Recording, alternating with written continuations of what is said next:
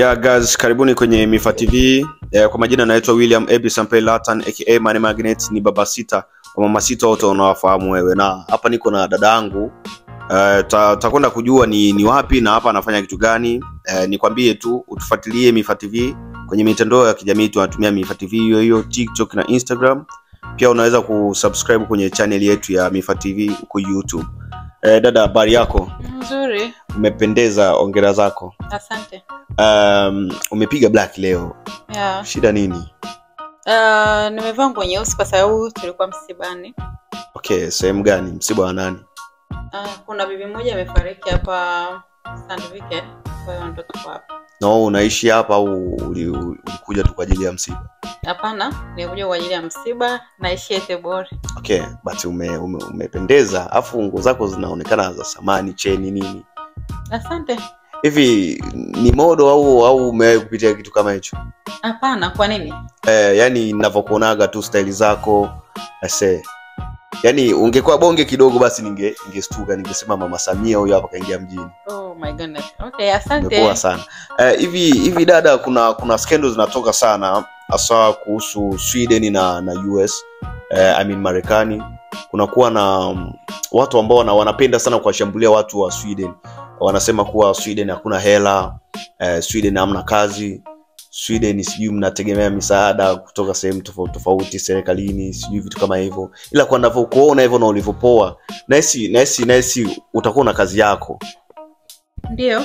So unaweza kuambia nini watu kama hao? Kwanza niseme kitu kimoja, unajua kazi, pesa ni akili kwanza. Unaweza ukawa unapewa pesa au unafanya kazi na kama hauna akili ya kuzitunza, itakuwa ni kitu bure. Unaona? Kwa sababu gani? Hao watu kama watu wa Marekani wanaongelea watu wa Sweden, kwa tunapewa, ndio hatujakataa.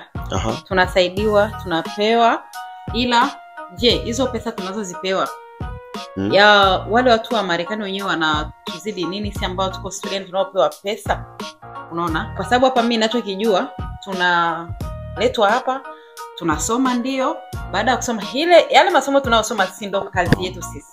Okay. Unaona? Na ni kama kutuelimisha, kwa sababu unajua Tanzania au kambini kwetu kuna watu wengi ambao hawakusoma, ndio, na wengine walikuwa wanakimbia masomo.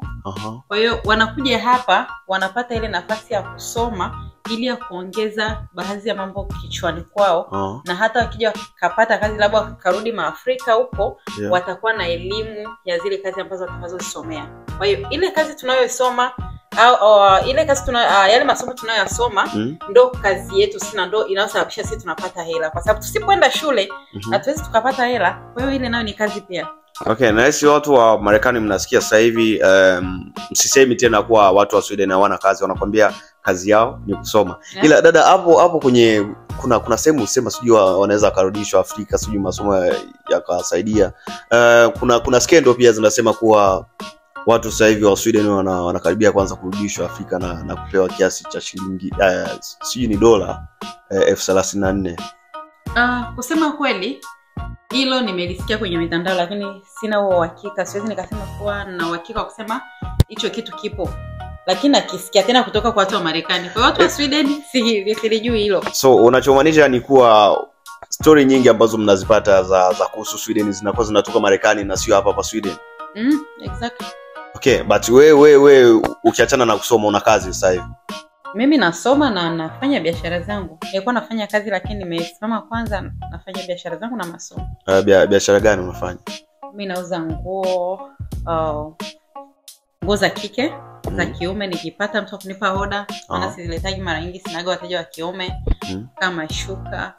Okay, kwa hiyo biashara zako unaziendeshaje? Yaani unatumia mbinu gani biashara zako siku moja zije kwa kitu kikubwa hapa Sweden? Unajua kwanza watu ambao wanaweza wakasababisha biashara zangu zikakuwa kubwa au zikaendelea ni sisi watu ambao wala watu wananichukuliaga mzigo. Unaona? Mimi napenda sana niinue biashara zangu. Lakini unakuta labda mtu anakuchukulia mzigo, unajua kama hizi biashara zetu za kupana deni. Unaona? Nicho kuja kujifunza kama ukitaka kupanda uache biashara za deni. Ya deni ukimaanisha nini? Yaani kimaanisha unajua kama deni inakuaga ni ile mtu anakuja kwako unasema chukua tu utanipa kwa mwezi. Akukopesha na. Ya kukopesha na maanisha hivyo. Ya. Yaani ukitaka vitu vyako vikue ni kuacha biashara hizo, na ndo nilichojifunza mimi kuacha biashara hizo kwa sababu nikiendelea hivyo sidhani kama naweza nikaja nikapanda. Okay. Sasa mbona wanasema Sweden watu wengi hawana kazi, wanapewa pesa. So mtu hawezi hizo pesa za kununua anatoa wapi kama hajapewa kule? Sasa naweza kukopesha lakini Sweden watu wana makazi yao. Sio kwamba watu hawana kazi. Unaona? Na sio kwamba ni Sweden tu ndo ambao wanakopa biashara, hata Marekani pia wanakopaga pia. Tena ndo watu wa kwanza kabisa kukopa biashara kuliko hata watu wa Sweden. Yeah. Lakini Sweden watu wana kazi zao, wanafanya kazi zao vizuri na wanaridhika na zile pesa wanazopata. Okay. Vizuri sana. Sasa hivi kunakuwa watu wengi ambao wanatoka Nyarugusu, Uganda na nchi zingine za kule East Africa, na yani ni kama vile wameanza sasa kukubali Sweden, wameanza kukubali kuja huko Sweden. Una kipi cha kuwashauri wale watu ambao walikuwa wanakataa kuja Sweden before na sasa hivi wanaanza kukubali? Kusema kweli, kwanza kuna neno linasema kidogo kula na mwenzio. Ndio. Na watu wanaokataa kuja Sweden, kwanza nafurahi kwa sababu washaanza kukubali kuja Sweden. Umeona? Kwa sababu watu wengine wasema mnaenda huko, hakuna kitu, hakuna nini. Lakini tunashukuru. Maisha tulionayo hapa Sweden na maisha tuliokuwa nayo Afrika ni vitu viwili tofauti. Kweli. Kwa mfano kama mimi labda ningekuwa bado niko Afrika, siwezi nikakataa mtu ananiambia twende Sweden afu nikatae. Kwa sababu gani nikatae pale na maisha gani? Ile vumbi tukae tunapigwa vumbi muda wote. Sasa kwa nini nisije hapa japokuwa naambiwa nisome? Nasoma lakini maisha yako tofauti. Alafu yani unajua unapoishi sehemu ndio vitu vinavyoenda, mabadiliko yanavyoenda na badilika. Huwezi kuwa unaishi Sweden alafu bado baki na ile akili ya wapi? Ya kambini. Iwezi kawa hivyo. Unaona? Kwa hiyo mimi nilikuwa naomba, nafurahi kwanza, naweza kusema nafurahi sasa hivi watu wa kambini au wa Nyarugusu wanaanza kuja, au wa Afrika wanaanza kukubali Sweden. Na wazidi tu kukubali kwa sababu wakija hapa kuna baadhi ya vitu vingi ambavyo wanakuja kufanyaje, kujifunza na kuongeza pia. Yeah. Okay. So dada, mimi nisiwe muongeaji sana. Nataka kwanza tujue ni jinsi gani umepoa hapo. Yaani ni unyama gani ulitumia kupoa? Kaki tukajua kusi nini. Okay, kitapata cha kawaida. Inaitwaje, juba au nini? Sijui hata kinaitwaje, mimi ninanunuaga tu. Bei gani? Hizi sijanunua bei kubwa, ninunua kama $30 hivi. Ulinunua kwa dala au pesa ya hapa? Hapana. Unajua watu wengi mnachanganya. Naishi Sweden, sijui mnatumia dala au crowns. Hapana, nilitaka nitumie dala kwa sababu unajua watu wengi ukiwaambia crowns wanashindwa kuelewa kama corona ni nini. Au basi. Ndio maana nimeona tumikisha hivyo, lakini tunatumia corona. Kwa dala 30. Ya dala 30. Miwani bei moja pia. Hivi kabla sijaendelea, yani ulivyopendeza siku ya leo, umewahi kuvaa hivi before au ni nguo mpya? Hapana, sijui, navaga nguo zingine lakini hii hapa ni kwa sijawahi kuvaa. Hujawahi kuirudia hiyo? Okay, ni kawaida yako kurudia nguo? Inategemea ni wapi na kuenda. Ila kuna watu wanasema kuwa ukimwona mtu karudia nguo ni yake hajazima. Kwa kweli. Okay. Suit hiyo hapo? Hii hapa ni full. Sio hela nyingi sana. Nilichukua kwa $70 hivi. $70. Kuna kazaga fulani kandani hapo. Ni kama t-shirt. Ni waka $20. Yeah. Maana hii ni ya muda mrefu, hii sio mpya. Okay. Cheni? Ni cheni ni gold au? Sijui, ni kwa sababu nilipewa tu ni zawadi, kwa hiyo sio. Hujapigwa, una hakika hujapigwa? Okay, saa hiyo hapo? Saa pia nilipewa zawadi ya birthday, kwa hiyo siwezi kujua. Okay. Viatu na venyewe? Viatu ninunua $25. Vizuri sana. Basi unaweza kuambia chochote watazamaji wetu wa Mifa TV? Okay. Nashukuru kwanza kwa kupata nafasi hii kwa kuongea kidogo.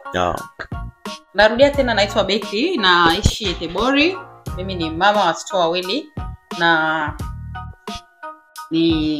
naweza kusema ni dada au ni mama ambaye ni mpambanaji nafanya biashara zangu. Superwoman mnaitwa sasa. Superwoman. Nafanya biashara zangu, nauza nguo za kike, nguo za kiume, nguo za watoto, na nasoma pia. Hivyo. Na nimeshukuru sana kupata nafasi hii. Kuwaelewesha wale wote ambao wanaweza kukaa na tuongelea watu wa Sweden vibaya. Jamani, huwezi ukajua maisha ya kesho. Na anayepanga maisha ni Mungu. Unaona? Kwa hiyo kama Mungu ameamua tuje Sweden, basi Mungu ana mipango yake kutuleta Sweden. Na wale ambao walioenda Marekani, Mungu ana mipango yao. Kwa nini wale walienda Marekani? Tulikaa muda mrefu pale kambini, hatukupata nafasi ya kwenda Marekani. Kwa hiyo Mungu alituleta hapa, aliona kama hapa ndo panapotufaa. Kama ni wa maskini au matajiri, Mungu ndo anajua utajiri wetu utakuwa vipi. Kama tutakuja kuwa matajiri, usishangae sisi watu ambao tuko Sweden tunaweza tukaja tukawa matajiri zaidi au wakubwa kuzidi hata watu ambao wakufanya nini kama wewe ambao wako Marekani. Like me. Nina hela. Vizuri sana. So unaweza kuambia pia watazamaji wa Mifa TV tunahitaji support yao. Na kingine tunahitaji support yenu kwa Mifa TV, kwa sababu support yenu ndo itakayotupeleka sisi mbele. Unaona, ni TV nyingi zipo Sweden, kuna Mifa TV, Power TV na ile MBL TV. Kwa hiyo mnapokuwa mnafuatilia hizo TV zote tatu, mnakuwa mnainua watoto wetu au ndugu zetu. Kwa hiyo msisahau kusubscribe kwenye Mifa TV, kushare na kulike and comment pia, kwa sababu ukicomment labda unaweza tumeifanya kitu kibaya, lakini utakapokuja kucomment hiyo hii kazi hapa tunahitaji kufanyaje tuirekebishe. Kwa hiyo tunahitaji comment zenu kwa kweli. Okay, malizia sina jina lako. Queen Betty. Ni hiyo tu. Una jina lingine? Hapana. Queen Betty. Queen Betty. Vizuri sana. Asante kwa muda wako. Tunapenda kuwakumbusha pia kusubscribe, kutufuatilia kwenye mitandao yetu ya kijamii Mifa TV. Unaweza kupata Instagram, TikTok pia tunatumia. Na kama mlivyomuona dada yetu hapa kapoa, na maneno yake ni ya busara sana. Watu ambao mnakuja Sweden, karibuni. Mnaweza kutufuatilia mkiwa huko kama ni Afrika, sijui ni sehemu zingine, mnaweza mkatufuatilia. Mtangazaji wako ni William Ebi Sample Latan aka Money Magnet. Ni baba sita wa mama sita, wote unawafahamu wewe.